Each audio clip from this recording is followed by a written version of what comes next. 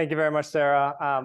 Thank you all for coming today. This is super fun for me. I came to these talks a lot when I was at Tufts, and it's just a very fun full circle thing. You guys are really lucky to have Coco and the Environmental Studies program at Tufts. There's just so many good talks and resources, so thanks again for having me. I'm not sure my clicker's working. I can just use this. Well, I know you're going to be able to help me out. All right, thank you.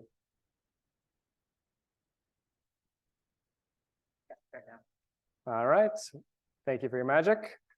So just a little bit about me. I grew up on the big island of Hawaii. I came to Tufts not having ever visited the campus or been to the East Coast, just because I thought I wanted to try something really different for school and for college, want to try new things. I graduated from Tufts in 2017. Like Sarah said, environmental science and international relations were my two majors.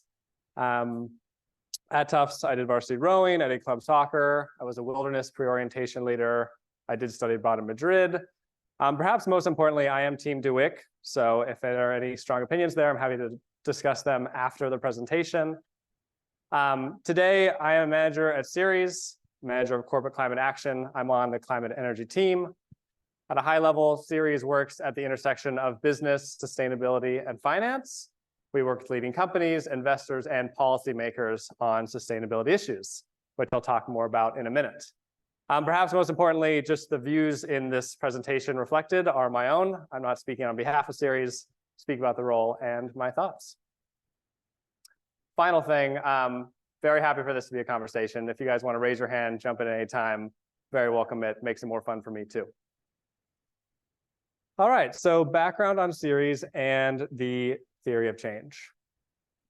So obviously everyone in this room is familiar with climate change and the catastrophes it poses to the planet, to people, to land, ocean, biodiversity, basically our entire existence. So I think people are pretty familiar. Two major challenges to limiting global temperature rise to 1.5 degrees or below, which the IPCC says is necessary to avert the worst impacts of climate change. One, we need 45% emissions reductions by 2030 and net zero by 2050.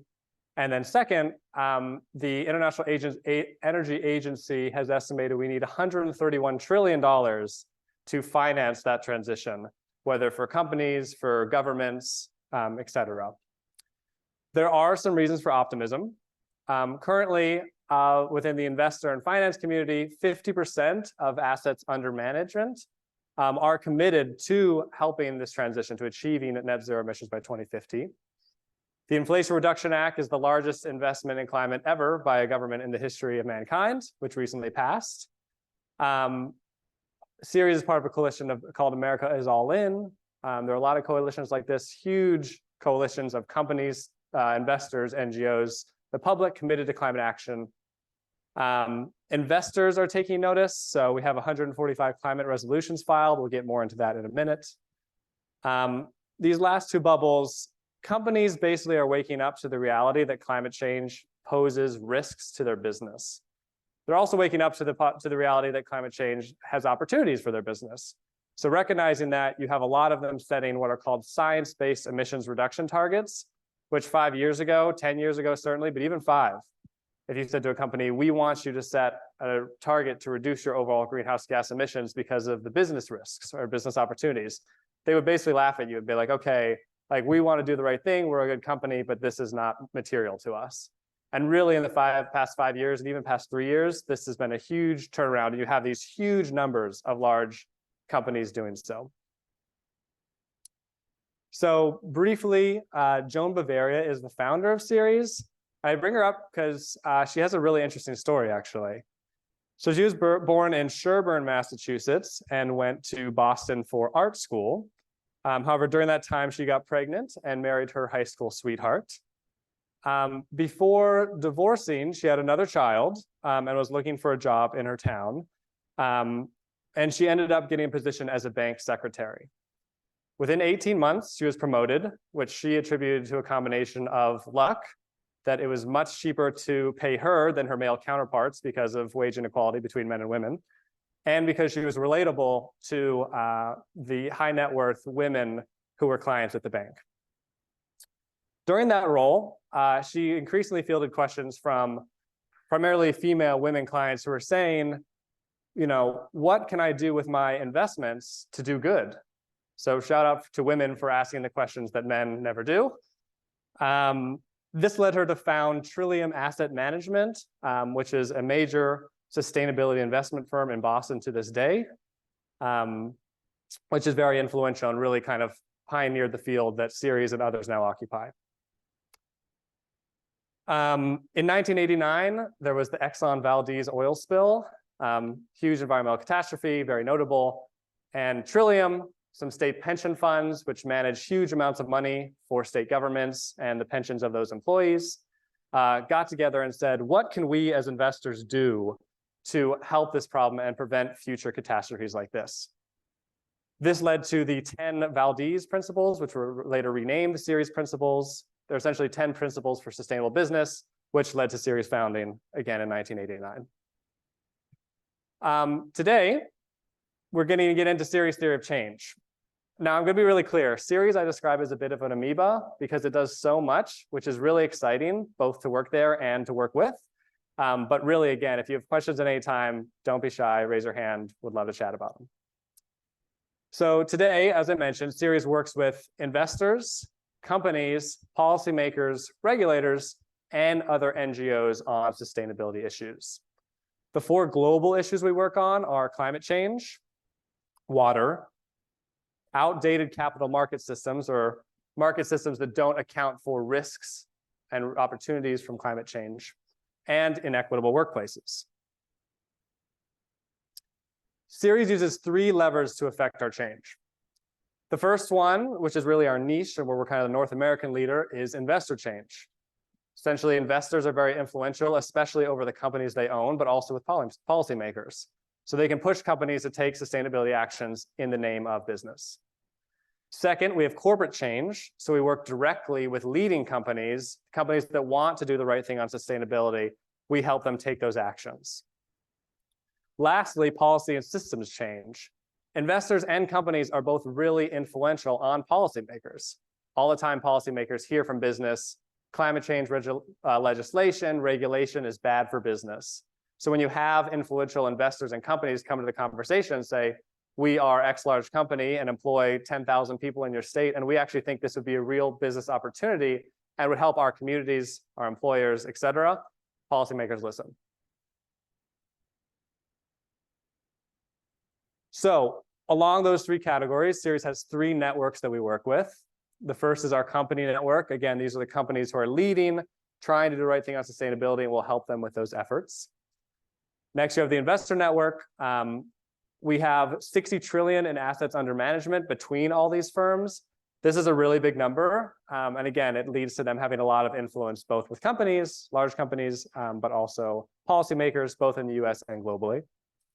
And then lastly, we have our policy network. So again, this is a group of companies who they really want to be on the leading edge. They want to be in conversation with policymakers, making the business, economic, and of course, moral case for climate legislation. Quick pause, theory of change, networks. Any questions yet? Yes, please.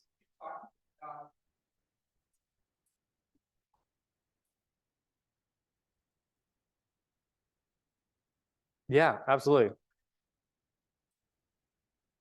Yeah, absolutely. So the question was speaking about the kind of opportunities that companies could have, you know, what investors are citing, what Ceres is citing, for the reasons the company should add on the positive. There are a ton, basically. You know, one thing you can talk about water scarcity. You know, a tech company that operates a data center needs a lot of water. If that's built in the middle of the desert, water supply is not looking good in the future. So they should take action now to preserve that water supply and reduce their impacts on climate change generally. Supply chains are a big one. Supply chains are really volatile. We saw that during COVID. We worked with companies that have said, because of the investments in relationships with suppliers we made before COVID, because of climate, we had really strong relationships that helped us weather the impacts of supply chain disruptions during COVID. There are so many. I mean, like energy supply volatility, can be one of them. New products and services, certainly. The IRA, again, $360 billion in public incentives to drive private investments. So whether it's electrifying your vehicle fleet, things like that, that leads to efficiency and cost savings. So yeah, really it's myriad. And it's a really fun exercise. Our teams each week being like, okay, what is the rationale for action here? Great question. I did want to ask real quick, those in the room, raise your hand if you take your perceived sustainability of a company into account when you shop, either online or in person. Cool. Raise your hand if you take sustainability into account when you're applying for jobs or when you're thinking about your career. Yeah, probably pretty robust in this room. That's another argument we make to companies. At this point, there's a huge desire for top talent from companies, and a lot of top talent, whether they're studying sustainability or not, care about whether the company is doing the right thing on climate. Again, here are some of the different methods Ceres uses to fight climate change. So again, you have company engagements, policy, investor pressure, working with boards, thought leadership reports, et cetera. This is a fancy graphic. I'm not going to say that for too long, but just want to throw it out there. Any jump out? Any questions on any of these? Okay, I'm going to keep moving. You can get some water. I apologize, I was sick last week and recovering. So again, like I said, Ceres does a lot. I like to describe it as amoeba because we do pivot really fast. We are very flexible, but also have these long-standing, really robust programs. So here's kind of a snapshot of a few of them. So you have the climate energy team, which is focused on GHG reductions in heavy emitting sectors. You have food. Food sector accounts for 30% of global GHG emissions. There's a lot of opportunity to reduce emissions via that sector's improvements. Question? Yes, absolutely.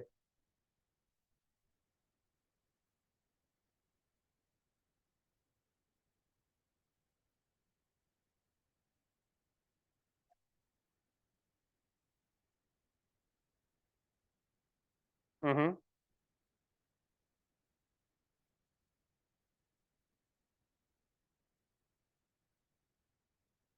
Yeah, fantastic question. I'm asking for a description of what the work looks like with these company network companies, because of course there are valid fears of greenwashing when you talk about these large corporations.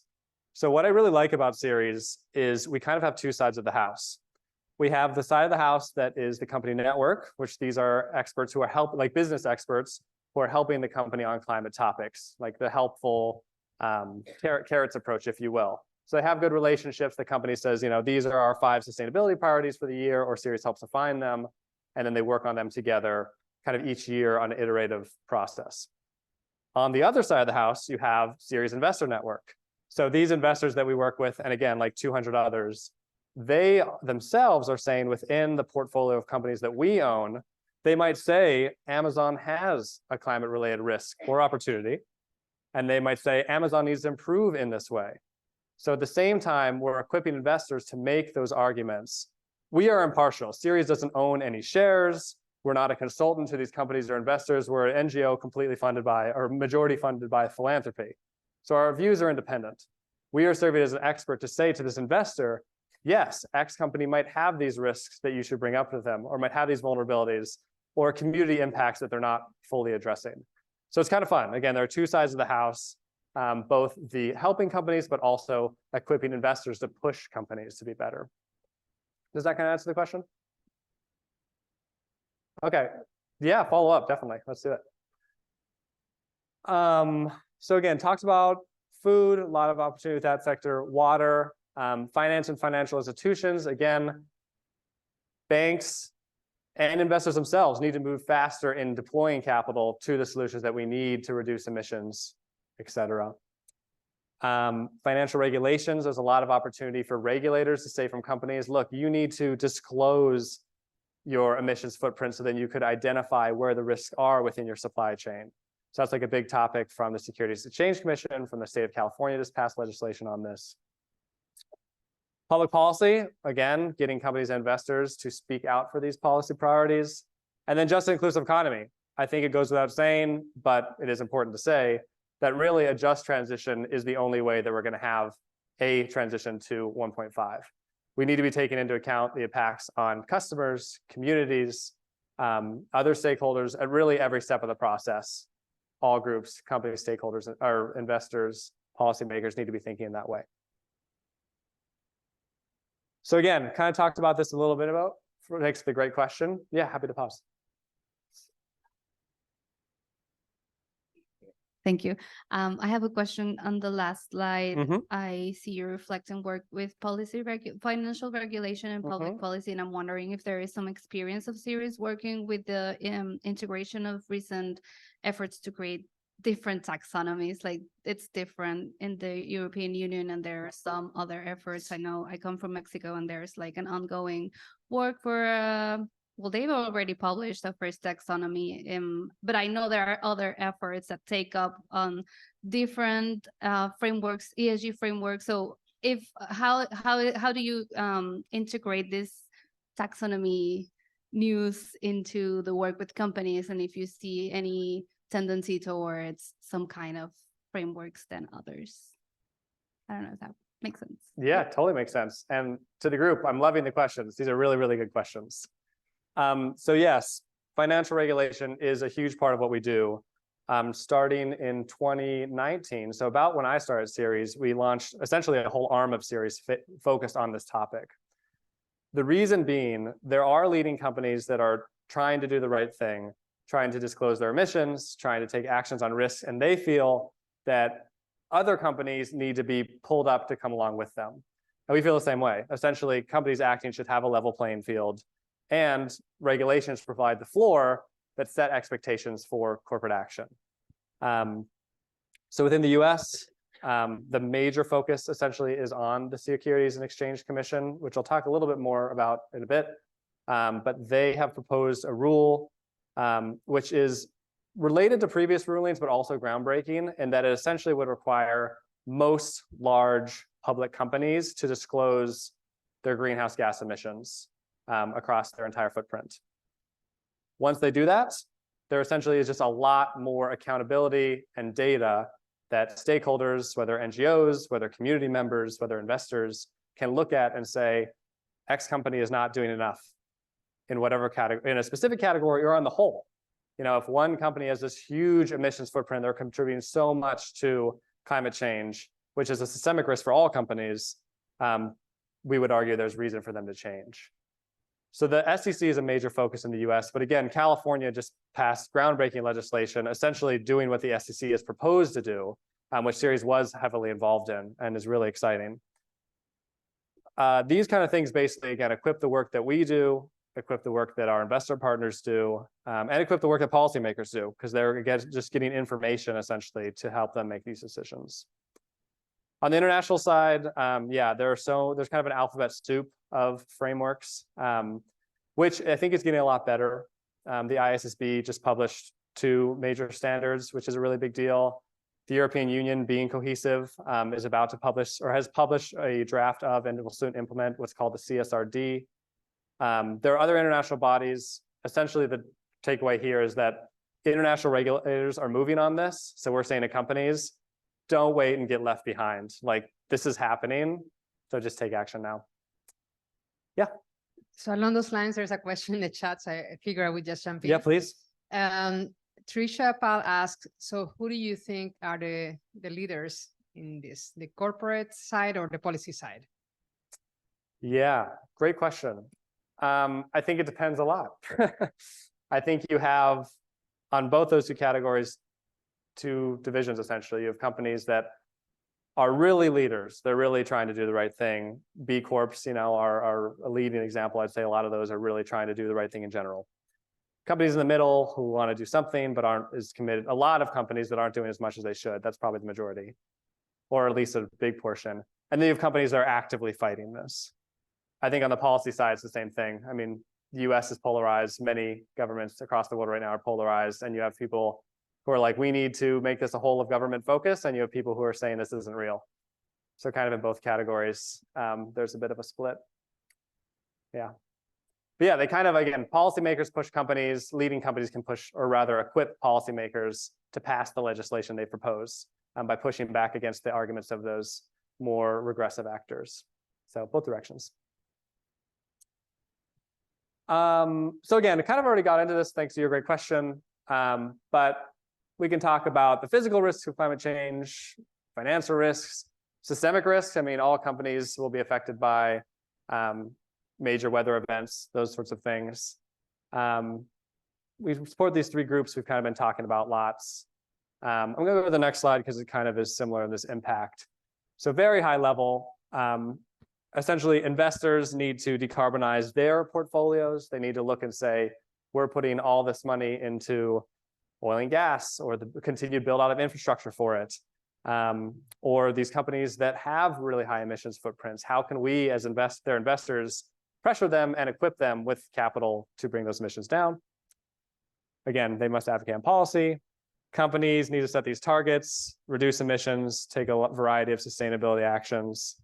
Policymakers need to understand the climate and economic risks and then support economy-wide decarbonization, again, by staying the floor of action. And again, just transition needs to be taken into account really in all of these, specifically the implementation of all these plans.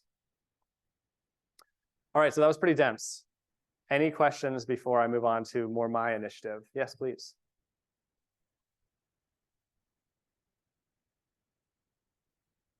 Yeah. Yep, good question. So the question was, how does Ceres partner with companies? This is initially our outreach, their outreach, and it's kind of both. Again, so the closest relationships we have are with groups in these three networks. So they, again, are within the network. They're committed by joining the network to sustainability actions. Candidly, there are companies and investors within these networks that aren't moving fast enough. And I think it's a balance, and that Ceres walks this line regularly of, we are an advocacy organization. We're pushing companies, but at the same time, recognizing that our relationships with them can help to push them. So we also don't want to alienate them and be too aggressive. So it's kind of a balance. And in terms of how the relationships are made, again, it's really in both directions. Like Ceres is pretty well known. So like certainly companies that want to get active on policy, they know about the BICEP network and might want to join. Similarly, again, investors, if they're looking at climate-related financial risks, they probably, and are North American based, they probably know about Ceres. But also if we see a company doing the right thing and we want to get them involved, we'll reach out to them. You may.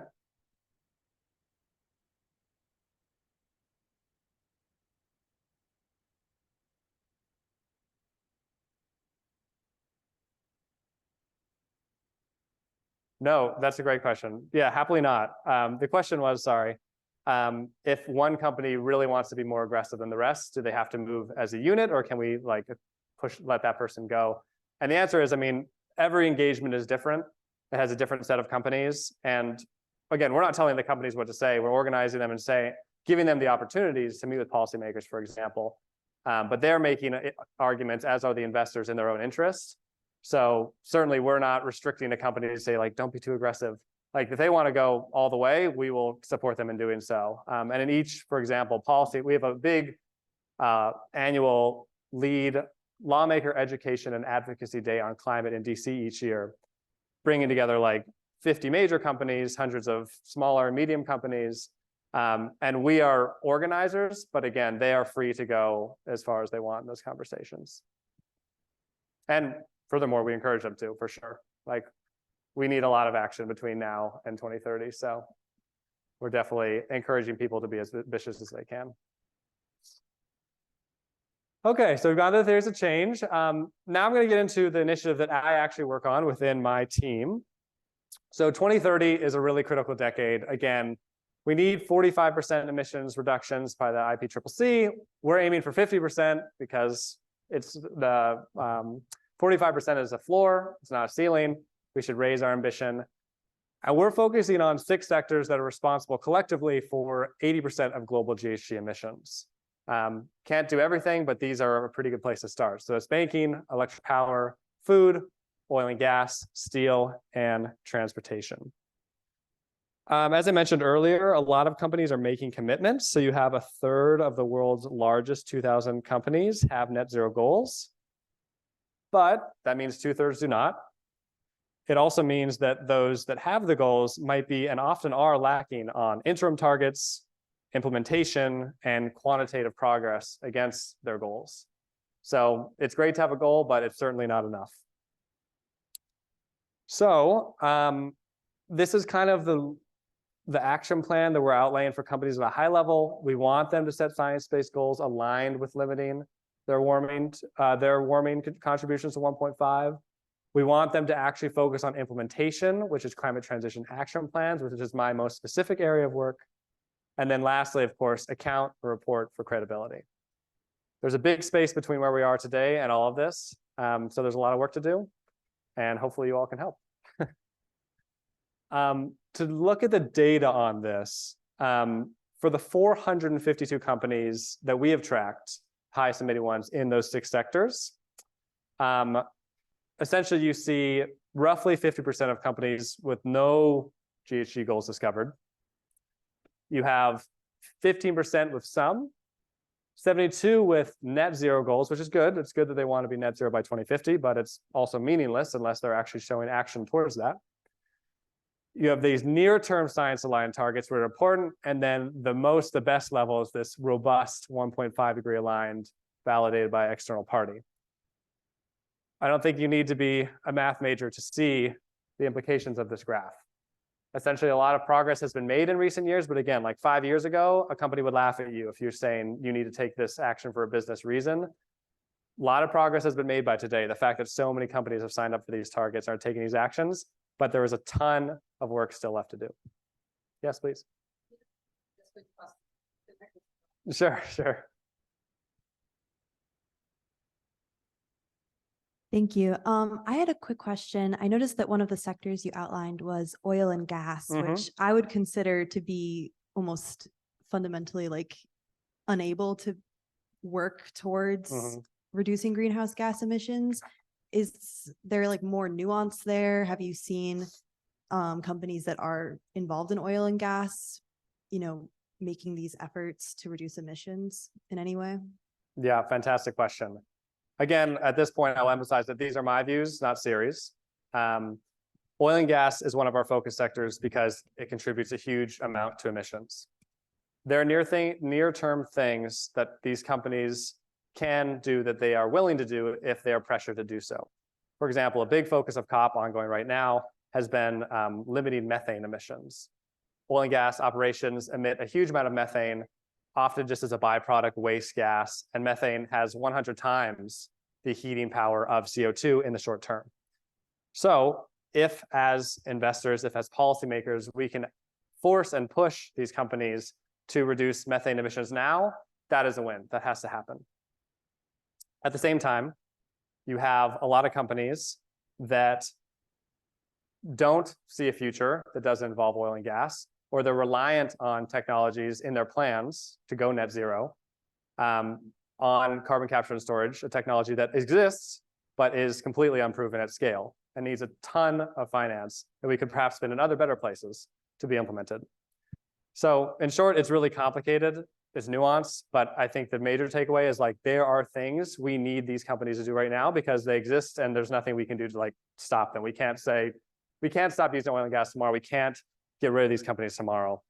There would be a lot of negative effects, obviously. So we should get them to do near-term things, but in the long term, I think some would say, certainly the companies themselves, that oil and gas will be part of the equation forever. It will be in some small regards, of course, like we need products for like servicing wind turbines and all sorts of things like that. But my personal view is that this is an industry that does not have a future, and most of the companies don't recognize that. There are examples historically of oil and gas companies saying, we're going to wind down our operations and return value to our shareholders. Profitable decline is a concept that exists. Companies have done it. It's not a route that most choose. Some companies are legitimately turning into renewable energy companies, but I think a lot of them are fighting that change. So hopefully that answers your question. Yeah, please. yeah, there are a number of oil and gas companies that are going 100% renewable and looking at synthetic fuels, but that's not my point. I want to ask you about banking. I've never seen banking put as a category. Can you elaborate on why that is and what the scope of that is? Yeah, absolutely. So very brief explanation. There are three types of emissions, scopes 1, 2, and 3. Scope 1 emissions are essentially emitted from a company's direct operations.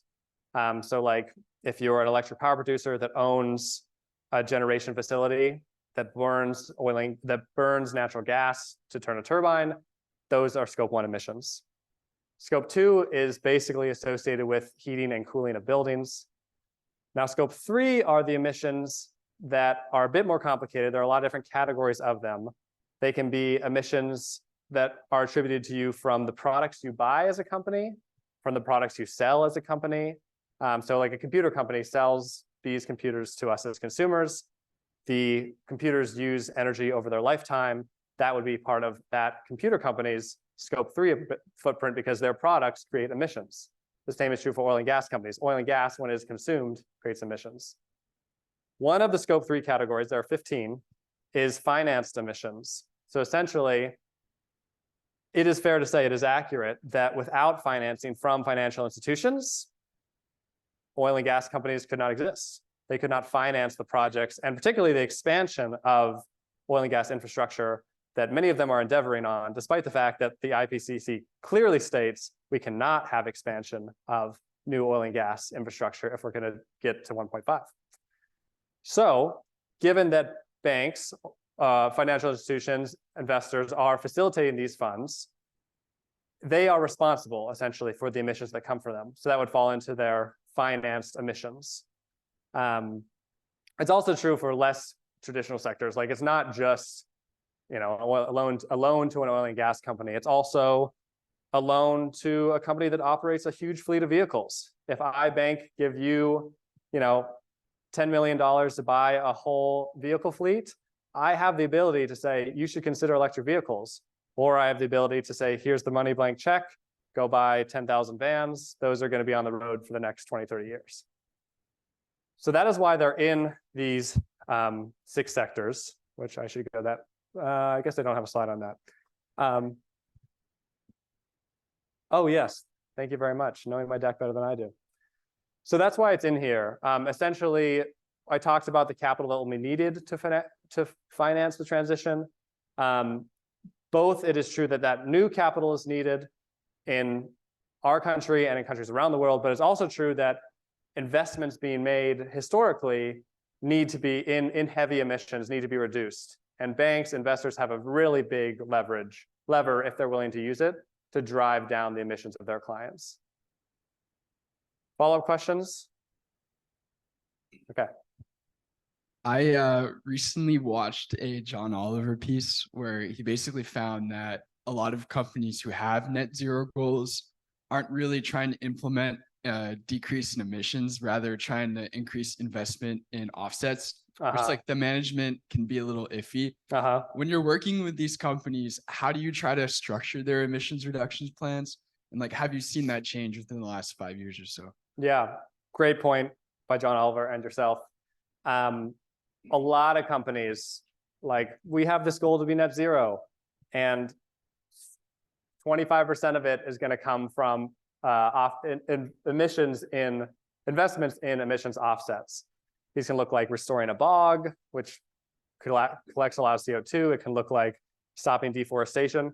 These are really important things. Like, don't have any misconception there.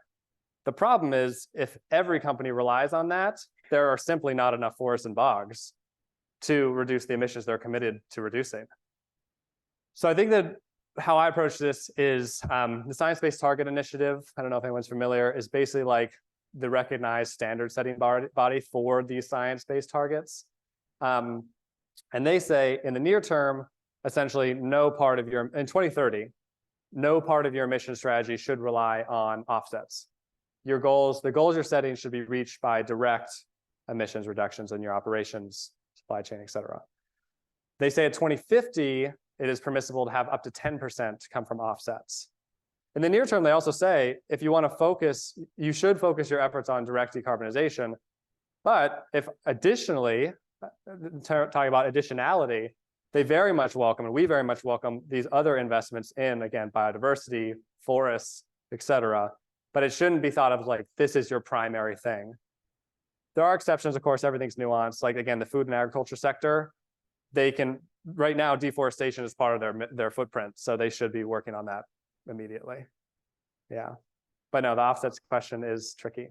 And we need offsets. The IPCC also says, CCC also says that. Like, we're not going to be able to do it without it. So yeah, again, great questions. So that was the ambition phase. Again, we're trying to get companies towards that direction. Here's the action phase. This is the part I'm most excited about and what I work on primarily. Essentially, we need disclosure of emissions. We need them to set goals, but we also need action today to actually meet those goals. So in the past 2 years, really, climate transition action plans have emerged as this big concept. We have divided them into these 4 categories: emissions reduction strategy, governance and business strategy integration, public policy and just transition. There are 4 ways that companies can act right now. Like, there's no excuse. They can take action on any of these things to achieving those long-term goals. Progress. So last year, Ceres helped secure 119 corporate climate commitments from 76 unique companies. These are not all of the issues, but getting into some of the big issues that we are working on. So again, the company can make commitments in any of these areas, electrify their vehicle fleet, commit to not lobbying against climate change legislation, no deforestation, et cetera, et cetera. So again, there is a lot of leverage to be had. I can move a little quickly to make sure we have time for Q&A. Quick deep dive on shareholder advocacy, which we've really been kind of hitting around with the questions. Essentially, there's been a major scale up in investors advocating with companies on climate change in the past decade. This is because of a system in the US which we have, which is after the financial crash and Great Depression in the 30s, the Securities and Exchange Commission was founded to look out for the rights of investors and shareholders, which means today that investors have a lot of leverage and influence over the companies they own. They can't force companies to do anything, but for example, if a company doesn't listen to their requests, they could file a resolution at the annual meeting, which every investor would then vote on. We have climate resolutions that are getting 20 to 40% of support from every voting investor in a company, which is truly insane, considering, again, number of years ago, companies and even investors were just not aware of the climate-related risk opportunities. But I think it's pretty obvious when you see the impacts of climate change that they are there. So again, you have engagements also. They don't have to file. They can just meet with the company and say, we are an investor of a long time. Say, this is really important to us. We think you should look at this issue. So you have engagements rising, and you have commitments pretty much rising proportionally. Yeah, and again, then also in response, you have this huge scale up of companies committing at least to reduce their emissions in line with what is demanded by Science 1.5.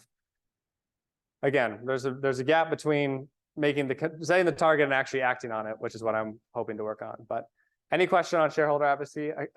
I feel like we've been touching on it throughout, but probably pretty intuitive.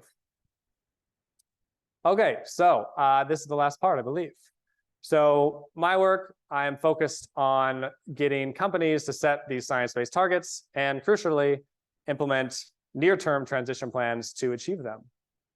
So you've already seen both these things. Climate transition plan, as defined by a report that we published last October, is a forward-looking, near-term set of specific actions a company is taking to align internal business strategies and external climate and energy policy advocacy to reduce GH emissions in line with limiting global warming to 1.5 in a way that is just and equitable.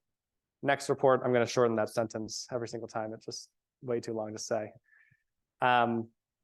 Again, you've seen these 2 graphics, but the bottom line is we're pushing companies to take emissions in these 4 categories in the near term to actually achieve their targets.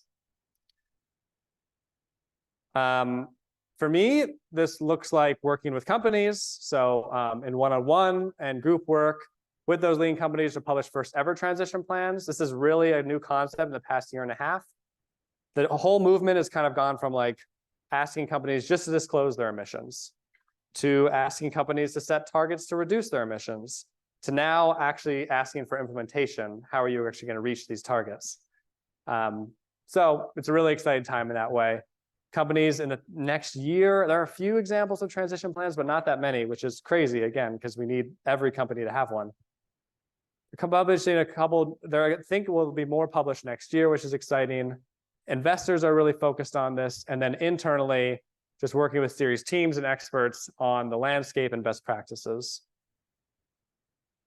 Again, it's a very new concept. So a lot of organizations have come out with guidance in the past year. They've kind of all raced to do so. These are the leading standards. They're all relatively similar, like as color-coded here. Any questions on any of these specific categories? Again, these are things that companies need to do essentially to reach their targets.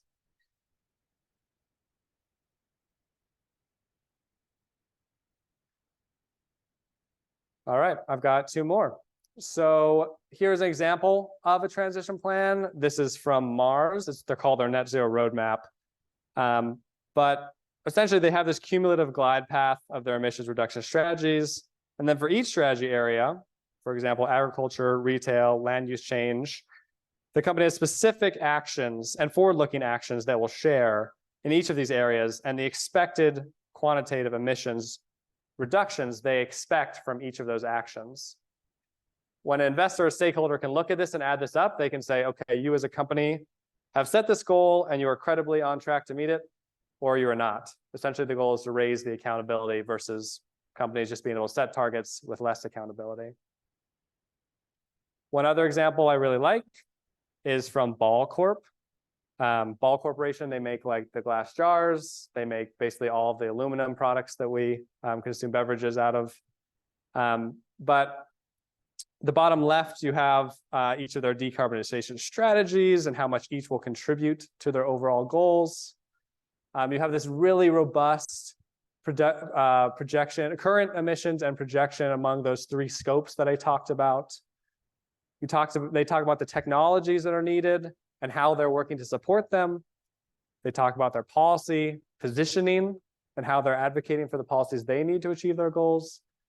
And then you have what is called scenario analysis, looking at the risks to the company and the risks to achieving their goals. All right, last slide. So this is actually, it's from Katie Cross. It's actually a pretty old graphic, so I apologize for the blurriness.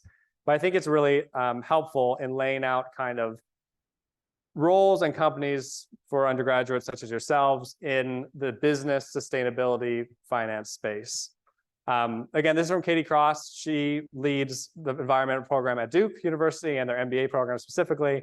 But again, I think this is relevant for anyone interested in this space. So you have traditional companies and sustainability-oriented companies, and then you have sustainability-oriented roles and traditional roles. And essentially, again, this is what roles can look like at companies. Again, I encourage you to look up if you're curious. This is from Katie Cross at Duke. But kind of just a sample of the type of roles that you all may be interested if you're interested in this space. Yeah, so that is the end. Again, sorry to go a little bit over, but happy to stick around for questions now for the next 10 minutes, and then I'm going to stick around for about 30 afterwards. Really appreciate you all coming here today. One thing that I'll end on is a quote from our CEO, Mindy Luber, our CEO today, Mindy Luber, that I really like, which she says, like, climate change, if you think of it as this box, we need to hammer on the box from every different direction. We don't have enough time to try one solution. We need all of them right now. So she says, which I very much appreciate, that the protester in front of the corporate headquarters or in front of the bank or investment firm yelling, we need this today, their work is just as important as that of a leading company or an organization like Ceres that is working with these companies or with these investors more collaborative. We really need all of these solutions, and we need all of them at once. So again, this has been, for me, a really interesting organization to learn about a lot of different topics. and kind of work at this systems level of change, but the people on the ground, grassroots, hands-on, we need the whole thing, and each are really as valuable as the other. So yeah, whatever path you choose, really happy for Tufts, for the environmental studies program, because we need a whole generation of people such as ourselves working on this really existential issue. So thank you very much.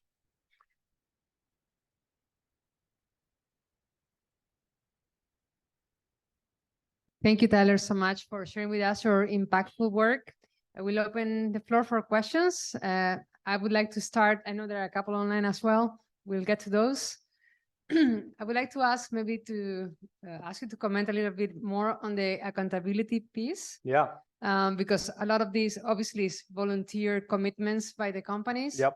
What is the role of Ceres in holding them accountable? That obviously they are not that they meet the targets since they are far away into the future, but at least they are making real progress and is an actual real commitment towards getting there.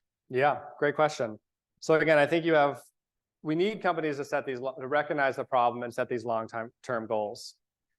But then the near term, you need to see evidence that the company is taking action towards them. So like, as one example, capital expenditures, what companies choose to spend their development funds on, is a huge indicator of where their priorities are. That's essentially management and the whole company saying, we want to invest in this, which can be something that continues their emissions or something that reduces their emissions. So coming back to the oil and gas example, if you see an oil and gas company investing the majority of their capital expenditures in new oil and gas projects or infrastructure, while publicly they're saying, we're scaling up renewables, we're a leading oil company, you can see that mismatch is pretty clear. So there are a variety of issues like that where you can see the company's commitments versus the actions they're actually taking are a mismatch. Ceres and the investors we work with have robust tracking systems to say like, okay, the company committed to electrify its vehicle fleet and they haven't done so. They haven't followed through on this commitment. So then again, whether it's on the helping the company side, we can come to them and say, hey, you made this commitment and you seem to have missed it, or the deadline's coming up soon. Is there something missing? Are you guys not going to make that commitment anymore? And then crucially, many investors receive written commitments from these companies in exchange for the resolutions they file. So it's pretty clear what the company is committed to. And if they don't meet it, the investor can then go back to all the shareholders and say, we shareholders voted for this in some percentage, and the company is just disregarding our wishes, which is a really bad look for management. So yeah, there are a bunch of means, and benchmarking. Ceres spends a lot of time and energy, as do a lot of NGOs on the space, in benchmarking on a variety of topics, including emissions. And again, you can see whether companies are making progress or not on the things they're being benchmarked on. So that's also a key piece of the pie. Thank you. Yeah. Please. Sorry. Oh, I'm sorry. Wait for the. Kind of a follow-up. I was interested originally in, do you help the companies to implement if they come to you? And then I was thinking about, what do you observe with the companies now? Is it that the market incentives are aligning so that there is more incentive for them to act, or is it more of their goodwill? And then the third one I thought about when you talked about the theory of change, is there space for some deeper work of kind of helping them to align with or align to a new model of operating or even existing beyond the model that is so profit driven right now? So is your theory of change when you work with those companies on different levels? So the first one you said was helping companies track data. Was that right? The implementation. Implementation. Yeah. You kind of spoke about it somehow. Yeah. So Ceres is an NGO with 230 employees, which is big for an NGO, but very small compared to the international NGO sustainability space. So again, we do a lot of these benchmarking and reports, but we're not consultants who do the hands-on in-house work with companies and are paid very well to do so. But again, we kind of just look at what accountability piece we can, but it's, again, that kind of work, like the data management internally by companies, is usually done by consultants. On the second piece, which was goodwill, I think it's great for companies to want to do the right thing. It's even better when a company is actually doing as much as needed, but that is a minority of companies. So it is certainly our belief, and that is why we have the investor piece, that's why we have the policy and regulatory piece, that to really get a whole economy, whole system moving, you need regulation, you need policy. Both on the stick side, saying like you have to do X, but also on the carrot side, which again, the Inflation Reduction Act has all this money from the federal government in tax incentives mostly, which is meant to incentivize businesses to make their own investments to match the public funds.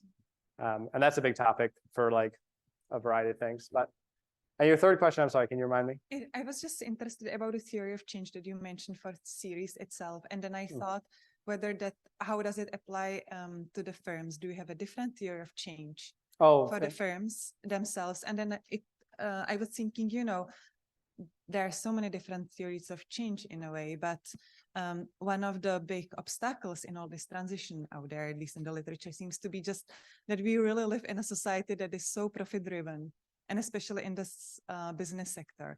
And I was thinking, is there space in that theory of change that these companies follow for a new model? Are they even interested in it? Yeah, fantastic question, and really gets to the heart of it, which is so many of our systems have been set up for a century or more to create a lot of carbon. So we really do need this systems change. I think, again, that's a big part of that is the policy and regulatory side. Like that really is kind of the only way. Voluntary is not enough. You need those big shifts. I think when you have oil and gas companies who are willing to commit to go 100% into renewables, like that is an example of a change of a business model that we would support. So yeah, I don't know if I have a more specific answer to your question besides the fact that, like, yes, large scale systems change is needed, and industries as a whole need to reinvent themselves. Electric power is one of them, steel is one of them, transportation is one of them, where the existing business models basically have to pivot entirely into technologies and means of production that are different from they are today. Yeah. So Tyler, thank you for a great presentation. I have one really quick question. You left Tufts, you went to Spain, you taught English. What was it from your Tufts education that got your foot in the door? Like, what could you point to from your time at Tufts that helped you land this position? Yeah, really appreciate that question. And it does bring up something I wanted to say, which is, like Coco said, I started Ceres on the development team. Development is fancy for fundraising. We are 75% driven by grants from large philanthropic organizations, you know, the Hewletts, the Bezos Earth Funds of the world. So essentially, because we're so dependent on that type of funding, the development team is really embedded in the program teams. And I got to learn a lot by working with program leaders. 2.5 years later, a little bit over a year and a half ago now, I got to transition to the climate energy team because of all I had learned. Which is all to say, I think at Ceres and truly in the environmental movement as a whole, like all the time on calls with people, I looked at their LinkedIn to see like what path they took to get to this NGO or this investment firm or company or whatever. And like right now, the sustainability space is so new that there's no like one path you have to have. So I think environmental studies at Tufts like gave me that foundation in like the technology, certainly in the policy side. Also, I had an internship that was sponsored by Tufts. I don't know if you guys probably already knew, but Tufts does give out a limited number of grants to otherwise unpaid internships. I was at a local community solar nonprofit. So like all those things in sum really set the foundation that allowed me to get my foot in the door at Ceres, which again, I bring up to say like there's no one path, I think, to sustainability. And then once you're inside an organization, I think people, you know, can afford themselves a lot of opportunity just by really investing and learning about what the organization does and then finding the role that best suits you. Great question.